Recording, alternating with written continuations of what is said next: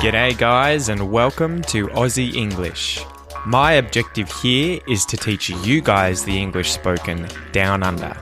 So whether you want to speak like a fair dinkum Aussie, or you just want to understand what the flippin' hell we're on about when we're having a yarn, you've come to the right place. So sit back, grab a cuppa and enjoy Aussie English.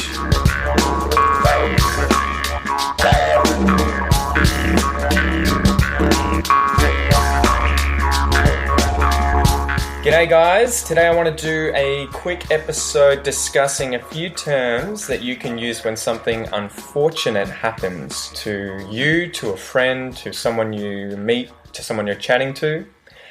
And an example would be a kind of situational example. An example of a situation would be, say, if someone had come to work where you work, and on the way that morning it had been raining really heavily. There'd been a lot of rain, and they've shown up to work, and when they walk in, they're absolutely drenched. They're absolutely covered in water, they're wet, they're dripping water all over the ground, and you say, "What happened?" And they say, "I forgot my umbrella and I got rained on." In this example, the unfortunate thing that's happened is obviously that they have gotten wet. And you could say, once you hear the news, I forgot my umbrella and I got really wet. Here are several ways that you can express the fact that you think that that is unfortunate. And the first one is, "Oh, what a bummer." What a bummer. What a bummer. What a bummer. What a bummer. And I might just quickly add that what a bummer is relatively informal. It's not a very formal expression that you would use around people like your boss, the Queen, at job interviews, that kind of thing. So just use that in informal situations. The next one is too bad.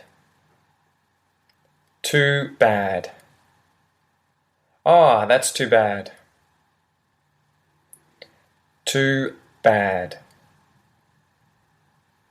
Too bad. And too bad is formal, informal. You can use this anywhere. It's not rude in any way. The next one is damn. Damn. Oh, damn. Damn. Damn is a little more formal.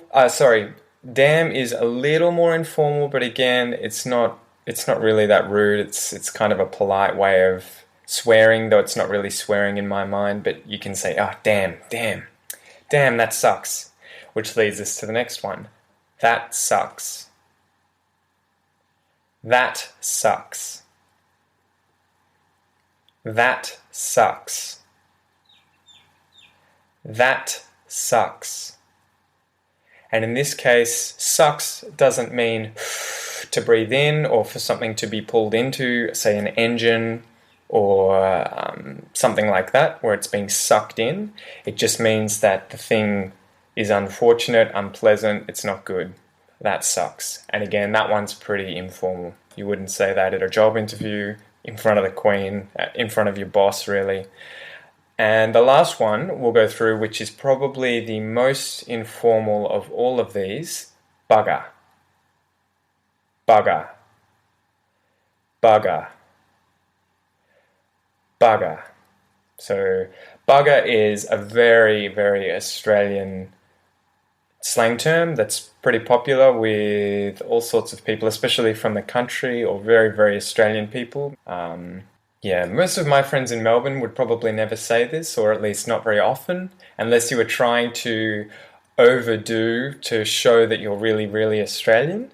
So it's the kind of thing that I would say every now and then, but probably avoid saying around people who aren't Australian just to not confuse them. But that's bugger. So that's a very common way of saying, damn, that sucks. Too bad. What a bummer.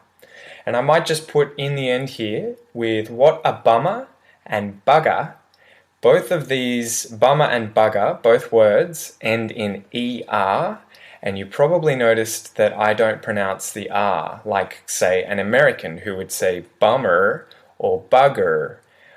Australian English rarely ever, in those sorts of cases where something ends in ER, probably never, at least from what I can think of right now, it always gets pronounced as ah, so just an ah. So like my name is Peter, but it's spelt Peter with an ER at the end. So that's today's lesson, guys. I hope you enjoyed. I hope nothing unfortunate has happened to you guys recently where you could say, what a bummer, too bad, bugger, damn, or that sucks. And I hope to hear from you soon. Have a good one.